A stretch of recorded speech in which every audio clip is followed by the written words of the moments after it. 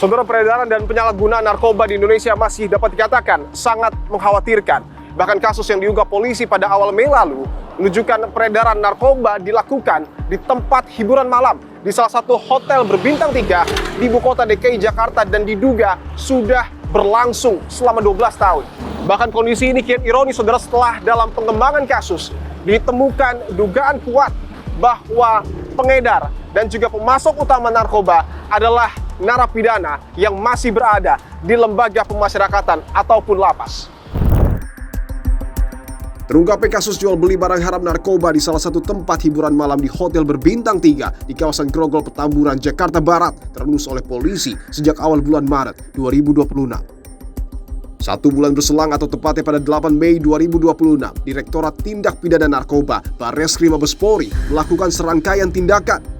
Polisi melakukan undercover buy atau penyamaran dengan membeli 5 butir ekstasi dan 5 vape mengandung etomidate yang disajikan di atas kue ulang tahun melalui seorang koordinator Ladies Companion atau LC di tempat hiburan malam tersebut. Tak lama berselang atau tepatnya pada tanggal 9 Mei 2026 pukul 00.15 waktu Indonesia Barat, tim gabungan menangkap tangan sang koordinator LC dengan barang bukti 5 pil ekstasi dan 6 vape mengandung etomidate. Polisi juga menggerebek sejumlah ruangan dan membawa 55 orang ke kantor Direktorat Tindak Pidana Narkoba Barreskrim Mabes Polri. Dari hasil pemeriksaan awal, 14 orang ditetapkan sebagai tersangka yang terdiri dari pengunjung tempat hiburan malam, koordinator LC, karyawan MC, kurir narkoba, hingga penyedia narkoba. Sementara 3 orang masuk ke dalam daftar pencarian orang yang diduga merupakan kurir dan pemasok utama narkoba. Dari hasil pengembangan penyidikan diduga distribusi narkoba dikendalikan oleh sejumlah narapidana dari dalam lembaga pemasyarakatan atau lapas. Peredaran narkoba di tempat hiburan malam hotel berbintang 3 ini diduga sudah berlangsung selama 12 tahun dengan nilai ekonomi mencapai ratusan miliar rupiah. Usai penggerebekan, pemerintah Provinsi DKI Jakarta mencabut izin operasional tempat hiburan malam di lantai LG Hotel tersebut dan di lantai 7 bernama The Seven. Barreskrim Polri melalui Subdit 4 bersama Satgas NIC berhasil mengungkap jaringan peredaran gelap narkotika jenis ekstasi dan vape mengandung etomidate yang beroperasi di sejumlah tempat hiburan malam di Fashion Hotel dan The Seven. Dalam proses pengembangan, Barreskrim Polri melakukan koordinasi dan kerjasama dengan pihak lembaga pemasyarakatan untuk pelaksanaan penangkapan dan pengamanan terhadap narapidana yang diduga terlibat dalam pengendali jaringan peredaran narkotika dari dalam lapas. Dan saudara, saya telah tiba di Kecamatan Grogol, Petamburan, Jakarta Barat, ataupun saya tepatnya berdiri persis di depan dari hotel berbintang 3 yang diduga kuat menjadi sarang peredaran narkoba di Jakarta. Saya mendapat informasi bahwa ada 2 jenis narkoba. Yang pertama adalah ekstasi dan juga vape etomidate yang diduga disebarkan di 2 lantai, dan di lantai low ground dan juga di lantai 7. Saya akan investigasi secara langsung, saudara, untuk melihat seperti apa kondisi di dalam.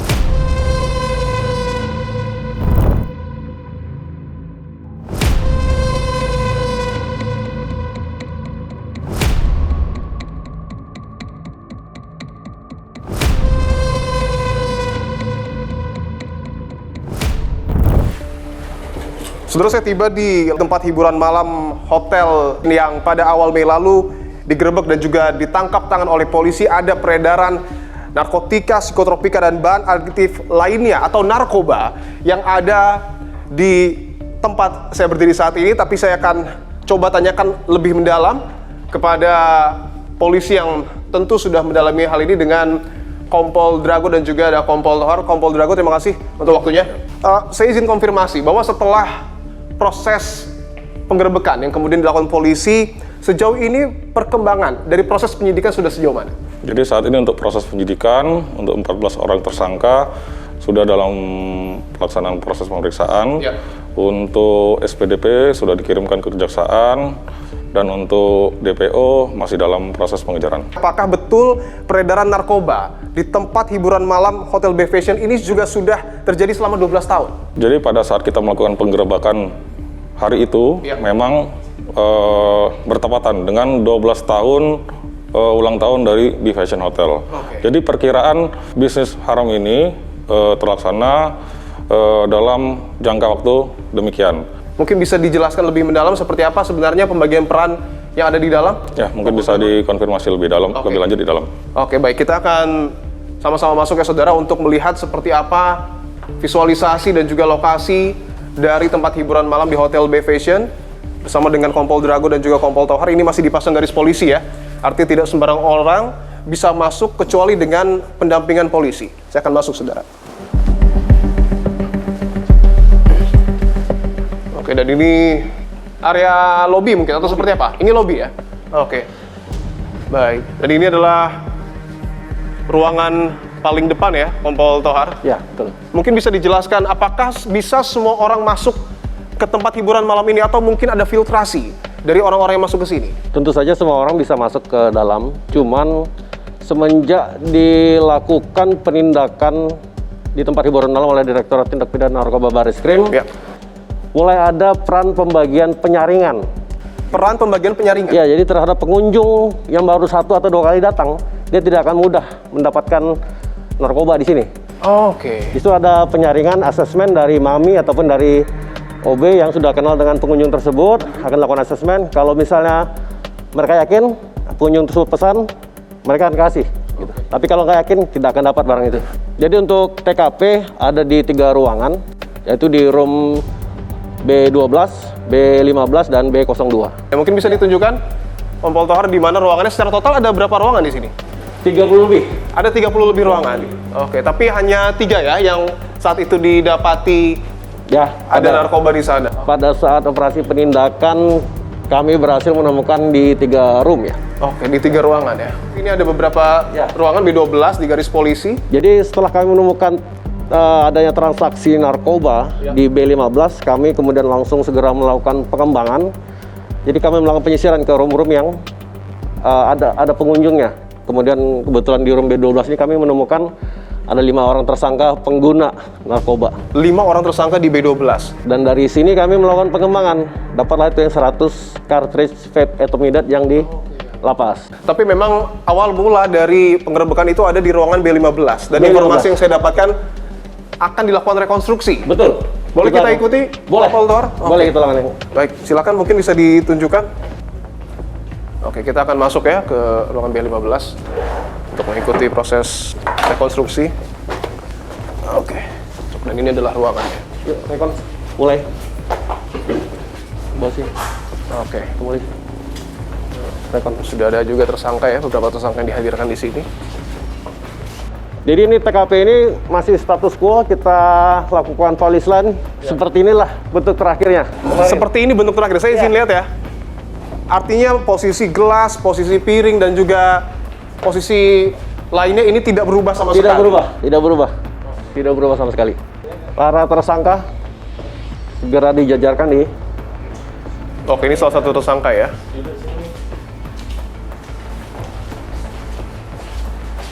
Ini tersangka yang disebut Mami. Mami, dengan kabar? Oke, Lihat ya, duduk. Mbak. Oke. Kan untuk peran dari Mami ini seperti apa secara umum? Mencari pelanggan, tamu, kemudian menyiapkan pesanan daripada tamu. Maksudnya tadi kan ada filter itu. Betul. Tamu yang bisa dikategorikan merah tidak akan mudah mendapatkan barang. Tamu ataupun pengunjung yang baru 1 atau 2 kali tidak akan mudah mendapatkan barang.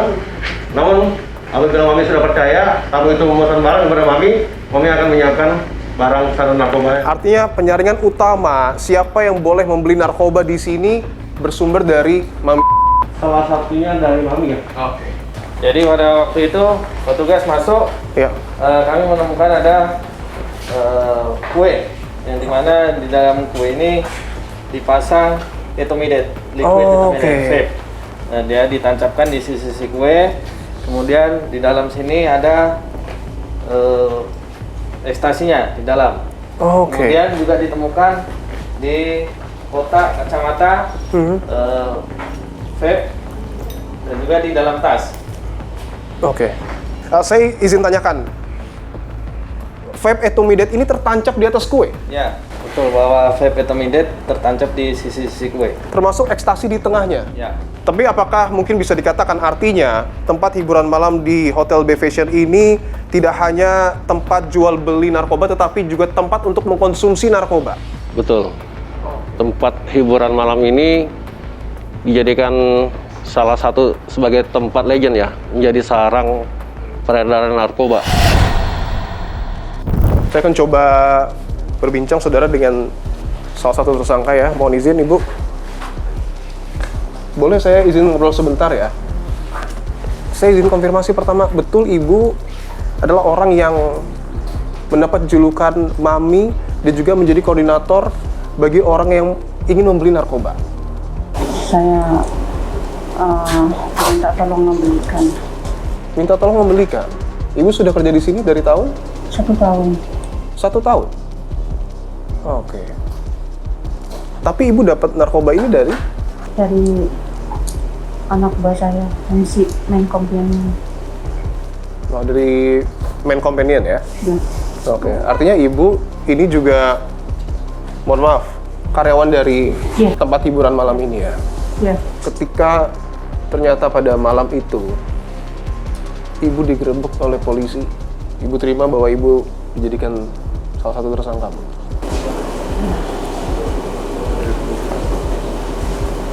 Dan tidak hanya Mami yang dihadirkan di sini, tetapi ada tersangka lain juga yang kemudian ada. Dan ini adalah salah satu ruangannya juga. Kita akan ke ruangan lain ya, karena selain ruangan B15 yang menjadi ruangan pertama yang digerebek oleh polisi, tapi ada ruangan lain ya. Dan ini adalah salah satu proses rekonstruksi ya, Kompol Tohar, yang sedang dilakukan oleh Direktorat Tindak Pidana Narkoba, Baris Mabes Polri, tentu juga dengan tim Inafis. Oke, ini ruangan B02. B02. Saya akan coba masuk.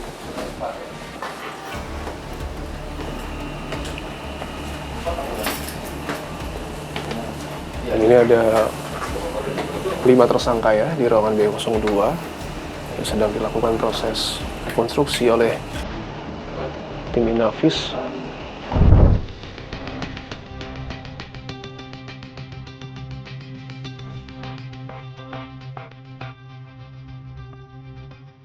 Selain ruangan ini mungkin ada ruangan lain yang diduga juga melakukan peredaran narkoba? Memang di satu gedung ini ada satu tempat lain di lantai atas. Sebelumnya kita lakukan UCB, ditemukan fakta bahwa bisa ataupun dapat dilakukan pemesanan narkotika. Dan ruangan ini lebih khusus mungkin, karena tidak sembarang orang mungkin bisa masuk ke ruangan ini. Ya, dari lobi tadi kita tidak bisa langsung pencet ke lobi untuk lantai 7. Oke. Dan itu harus menggunakan kartu akses. Boleh kita lihat, Kompol? Oke. Kita akan coba naik ke lantai 7 ya, atau yang disebut dengan The Seven. Juga menjadi salah satu tempat yang diduga mengedarkan narkoba. Oke, ini pintu belakang mungkin ya? Ya. Karyawan karena dari depan kita nggak bisa akses. Oh, ini lift karyawan. Oh, oke. Artinya terselubung ya. Di sini juga mungkin bisa ditunjukkan sedikit ada tangga ya. Entah apakah ini juga sudah menjadi siasat bahwa mungkin saja seseorang kabur ketika ada penggerebekan, tapi ini sangat berdekatan dengan akses lift yang bisa menuju ke lantai 7 ataupun The Seven. Kita akan naik, saudara. Seperti lift barang mungkin ya? Iya, lift barang ini. Oke. Kita sudah tiba ya di lantai 7. Oke, ruangannya gelap seperti ini ya.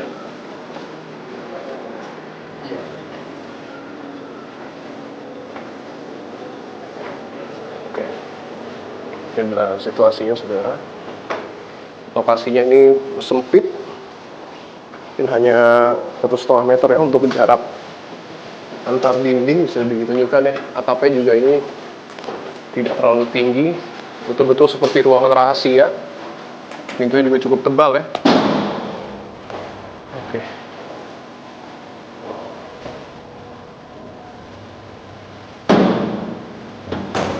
Ini salah satu ruangan ya? Salah satu ruangan yang mau dipakai. Oh, oke.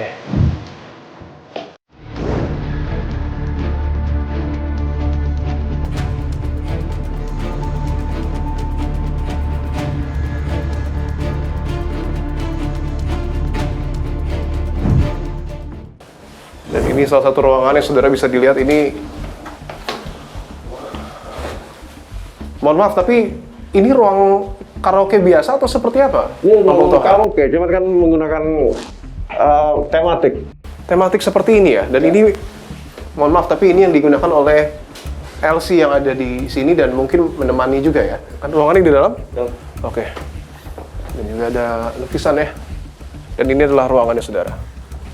Oke. Lebih private, lebih mewah ya. Ketimbang yang tadi. Ini sini ada rantai, ini juga mungkin yang disebut tematik ya. Sofa merah, meja merah juga. Oke.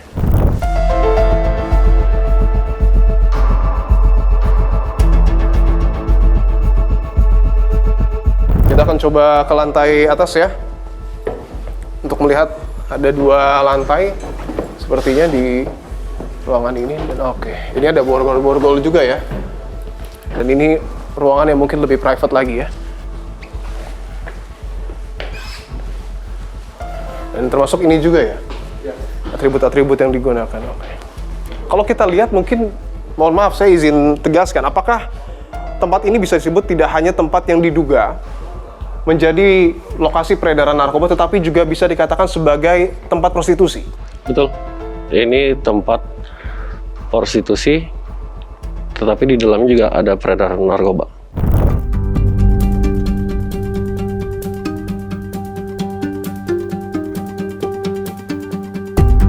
Tentu yang menarik adalah bahwa temuan yang kemudian didapati oleh Bareskrim Mabes Polri bisa memberi sebuah sinyal bahwa negara kita ini masih menjadi surga ataupun sarang pengedaran narkoba. Sejauh ini, tempat hiburan malam yang sudah ditutup oleh polisi setelah terbukti mengedarkan narkoba sudah sebanyak apa? Dari penindakan Direktorat Tindak Pidana Narkoba Bareskrim Polri, sejauh ini sudah melaksanakan penindakan ke 9 tempat hiburan malam, yang mana dari ke-9 tempat tersebut sudah kita rekomendasikan semuanya untuk dilakukan penutupan ke Pemda ataupun Pemkot masing-masing. Bahwa ketika kita berbicara soal narkoba, kita tidak bisa tidak kaitkan dengan narasi bahwa kerap kali perilaku tindak pidana ini dibackingi, bahkan oleh aparat. Kita tahu di Kutai Barat, ex-Kasat Narkoba, Polres Kutai Barat juga tertangkap karena terindikasi kuat menerima aliran dana dan juga membackingi tindak narkoba di sana. Dan yang tidak kalah terbaru juga bahkan Kasat Narkoba Polres Kutai Kartanegara juga ditangkap. Apa yang kemudian akan dilakukan polisi untuk betul-betul memastikan peredaran narkoba ini tidak semakin menyebar di negara kita di tengah backingan pihak yang memiliki kekuasaan? Jadi di sini kami sampaikan sekali lagi, perintah pimpinan Polri jelas bahwa untuk semua aparat kepolisian yang terlibat membackingi ataupun mengedarkan semua barang haram narkotika akan ditindak tegas dan tidak akan dilindungi.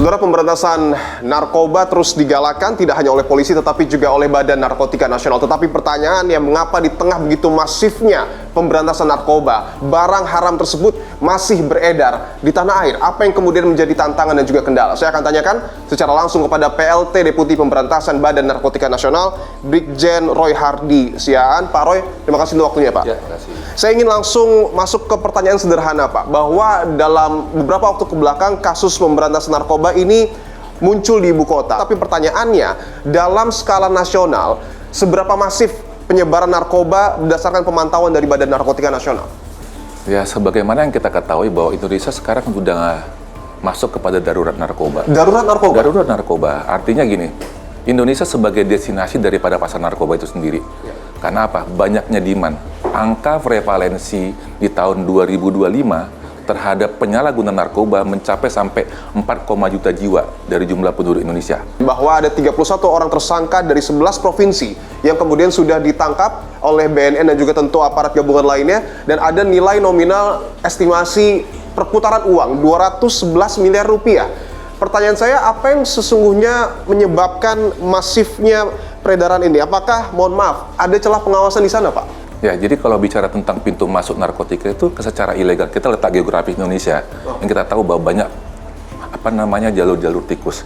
Kemarin Kepala BNN RI mencanangkan atau menggelar operasi saber narkotika, sehingga terhadap beberapa provinsi yang dianggap sangat rawan dibandingkan tempat-tempat lain, ditentukanlah 11 provinsi tersebut.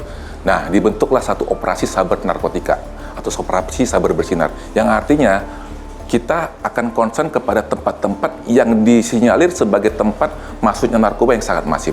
Antara lain misalkan kemarin kita bisa mengungkap di Kalimantan Timur gitu ya, ada 97 kilo sabu termasuk 1000 cartridge yang isinya etomidate di sana. Termasuk juga ada ganja di Sumatera Barat, termasuk beberapa wilayah lain.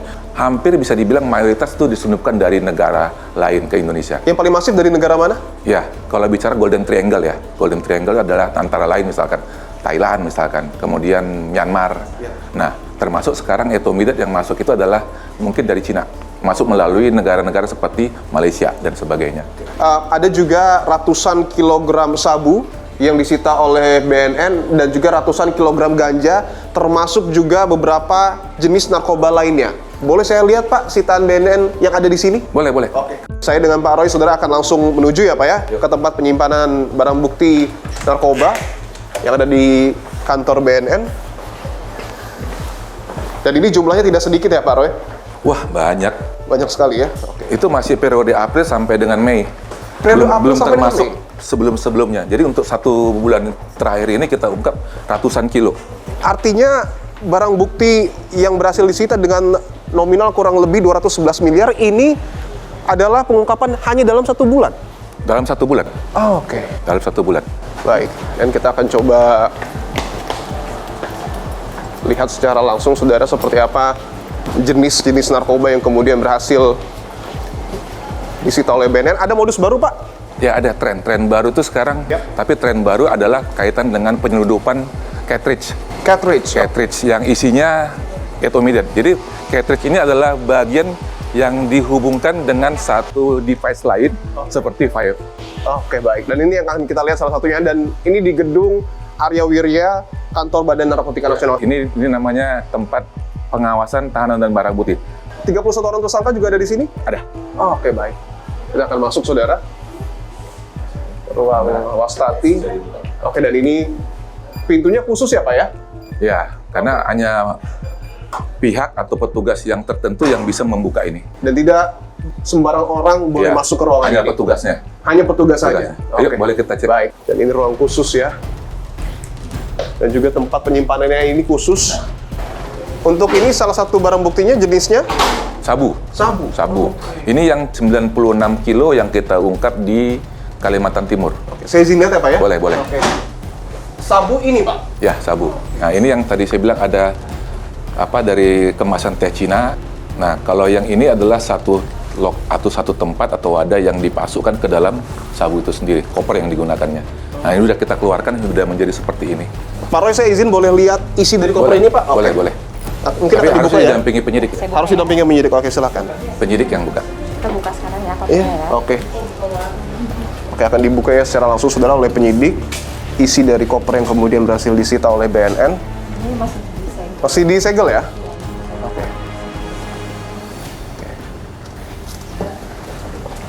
Yang besar kan ya? Oke, saya izin lihat ya. Oke, ini lebih jelas lagi ya. Mau pegang pakai handphone ya. Oke. Ini bisa ditunjukkan, ini sangat jelas sekali bahwa ini bungkus teh Cina ya, Pak ya. Yang tadi dijelaskan oleh Pak Roy. Saya akan coba pegang ya, saudara, untuk memperlihatkan lebih jelas seperti apa bentuk ya dari teh kemasan ya, Pak ya, yang isinya adalah sabu. Boleh saya ambil ya, salah satu sebagai contoh? Oke. Dan ini adalah bentuknya, saudara. Oke. Saya lihat ini memang karena produk Cina ya, Pak ya? Tulisannya pun seperti ini. Kalau lihat dari kemasannya kan sebenarnya kemasan Cina, tapi sebenarnya bukan berasal dari Cina, Golden Triangle tadi yang saya sampaikan gitu loh. Oh, oke. Kecuali tadi saya cerita bahwa cartridge yang kita sita atau yang diselundupkan itu secara ilegal itu Oke. itu dari Cina gitu loh. Tapi sebagian besar juga ada yang di luar dari Cina. Dan ini ada 2 koper ya. Ya. Kalau yang ini kemarin murni itu yang kita sita dari Bogor, yang dibawa dari Aceh. Ada 3 tersangka yang kita ungkap, itu yang dibawa kita surveillance dari Aceh, Langsa sampai ke Bogor. Yang ini, Pak? Jadi melalui jalur darat, dia menggunakan mobil Pajero. Saya izin konfirmasi apakah betul operasi tangkap tangan ataupun ketika BNN menyita barang bukti narkoba Aceh lintas Bogor, apakah betul salah satu tersangkanya adalah anggota dari Tentara Nasional Indonesia? Oknum ya, kita sampaikan oknum ya. Oknum TNI. Cartridge ataupun mungkin yang biasa digunakan oleh publik vape ya Pak ya? Ya, vape. Itu salah satu modus baru? Ya, itu tren baru ya, karena mungkin mengikuti lifestyle masyarakat Indonesia yang sekarang bergeser nih, dari perokok konvensional menuju ke perokok elektrik, yang salah satu yang digunakan adalah vape tadi itu. Nah, nyata-nyatanya kita bisa ungkap hampir puluhan ribu cartridge kita Puluhan ribu cartridge kita bisa ungkap. Cartridge itu kan nggak bisa berdiri sendiri, harus ada device pendukungnya. Salah satunya itu ada vape. Jadi ini beberapa sampel yang kita sita juga, ini cartridge yang ini yang masuk diselundupkan, yang isinya etomidate. Isinya etomidate? Etomidate. Etomidate itu adalah, jadi kalau di Undang-Undang Narkotik itu masuk dalam golongan 2. Dan ada 2 jenis. Ini yang kosong dan sama isi etomidate. Yang kosong juga masuk secara ilegal.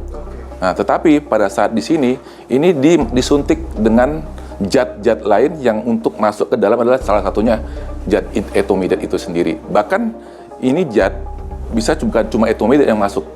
THC juga, misalkan kayak ganja cair juga bisa masuk ke sini. Jadi kalau kita mau lihat, ini ada contoh vape yang secara legal ada. Tapi kalau ini kita mau gabung, ini kita buka ini, digabungkan ke sini. Memang didesain khusus untuk bisa masuk nih dalam ini. Didesain masuk untuk ini. Jadi semua cartridge yang kita sita dimasukkan ke sini semua.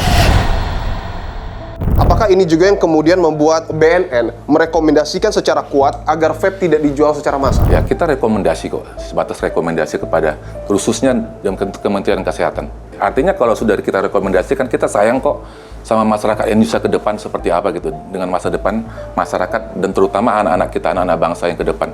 Kita nggak mau juga mereka nanti sampai tersusupi dengan pelaku-pelaku narkotika dengan menggunakan modus atau tren baru yang menggunakan cartridge ini.